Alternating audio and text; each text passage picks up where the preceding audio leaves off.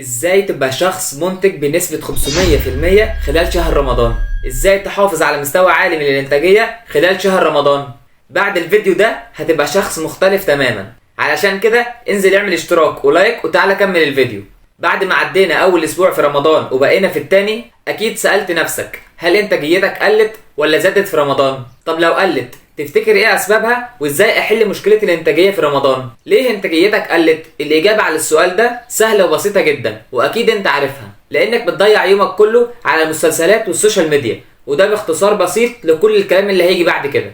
هتسألني بقى وتقول هي فعلا الانتاجية في رمضان بتقل؟ بص، على حسب انت بتبص لها من اي اتجاه. يعني لو بتبص لها هي فعلا بتقل لان ما بعملش اي حاجة، هقول لك يبقى مقضيها مسلسلات وافلام وسوشيال ميديا. لكن لو بتقول بتقل لان قبل رمضان كنت بعمل حاجات كتير وفي رمضان الانتاجية بتاعتي قلت، فده اسبابه هتيجي تحت.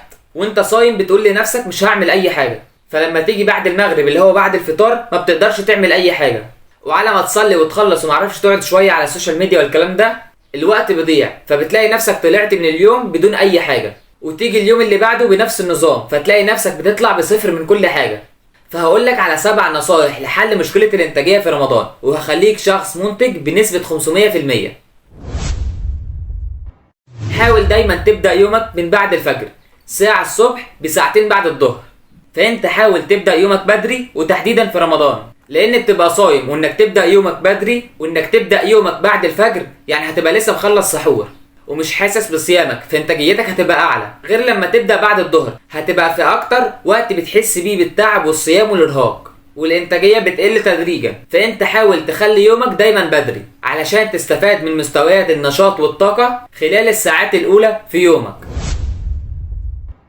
حافظ على نمط نوم صحي، وحاول انك تحصل على الكم الكافي من النوم علشان تضمن انك تبقى نشيط خلال يومك. وحاول انك تحدد وقت نوم ثابت، انك تنام بدري وتصحى بدري. ودايما خلي في دماغك اذا تغير وقت النوم لاي سبب لا يتغير وقت الاستيقاظ. يعني انت حددت انك مثلا هتنام الساعة 9 وتصحى الساعة 4 الفجر، يبقى مهما يتغير وقت النوم ما يتغيرش وقت الصحيان. يعني نمت 9 تصحى 4، نمت 10 تصحى 4، نمت 11 او واحدة كمان تصحى الساعة 4. بس ما تنساش انك تحافظ على نوم كافي ليك، يعني تنام بدري علشان تصحى بدري.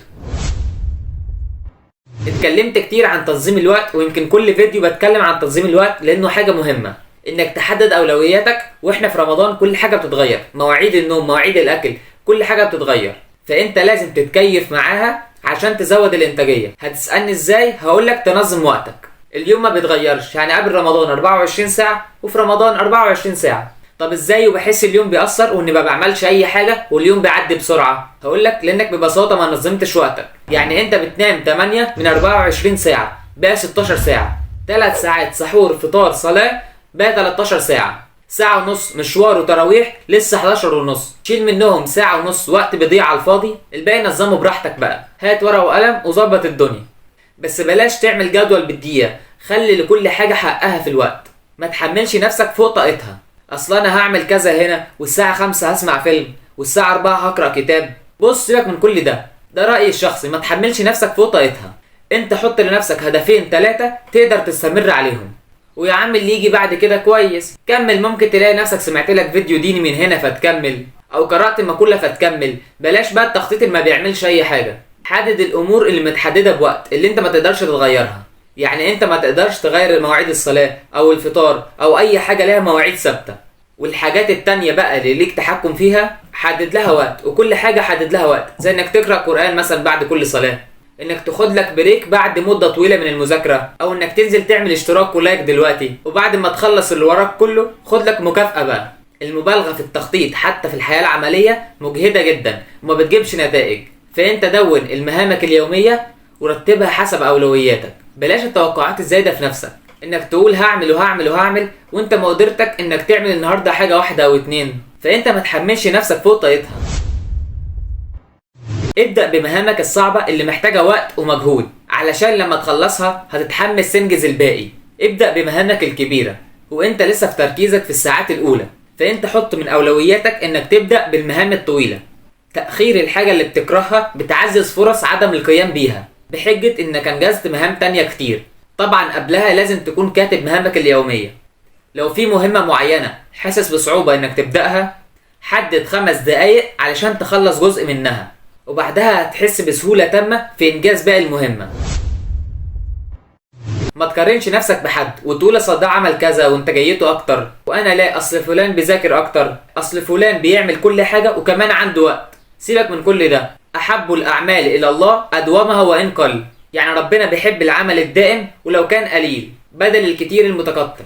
فانت ما تقارنش نفسك بحد وتبقى شايف الناس كلها منتجة وعندها وقت الا انت. تصالح مع نفسك ان هي مش لازم طول الوقت تكون في ازدياد وتقدم. اهم حاجة تستمر في اللي بتعمله، ما تشغلش بالك ولا تقارن نفسك بحد. اعرف ايه اكتر وقت منتج بالنسبة لك وابدأ في مهامك اليومية. ولو بتعاني من التسويف وما تعرفش ليه ما بتكملش مهامك اليومية، يبقى لازم تشوف النصائح اللي في الفيديو ده، وهسيب لك رابط الفيديو في الديسكريبشن وهتلاقيه ظهر هنا او هنا. انت استغل اوقات الطاقة العالية خلال يومك ورتب مهامك الأقل استهلاك للطاقة. شوف نفسك بتحس انك عايز تعمل حاجات كتير امتى، وهتبقى شخص منتج امتى. ممكن تبقى زي الصبح او بتشوف اكتر وقت منتج بالنسبة لك هو بالليل. فانت اعرف ايه اكتر وقت بتكون منتج فيه واستغله. قلل من الانشغال بالحاجات اللي بتضيع وقتك زي السوشيال ميديا والافلام والمسلسلات. انت ركز على انك تنهي مهامك وتبقى شخص منتج، لان قعدتك على السوشيال ميديا هي سبب في نزول الانتاجية. فانت حدد اوقات قعدتك على السوشيال ميديا وابعد عنها وقت المذاكرة او انت بتعمل اي حاجة مهمة علشان ما تتشتتش.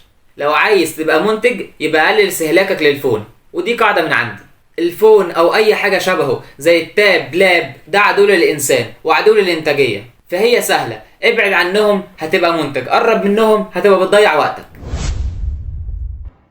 الخلاصة علشان تزود انتاجيتك خلال شهر رمضان او الشهور الباقية، يبقى اعمل بالنصايح دي وهي سريعا: بداية يومك بدري، النوم الكافي، تنظيم الوقت بشكل فعال، ابدأ بمهامك الصعبة، بلاش مقارنات، معرفة اكتر وقت منتج، تقليل التشتت.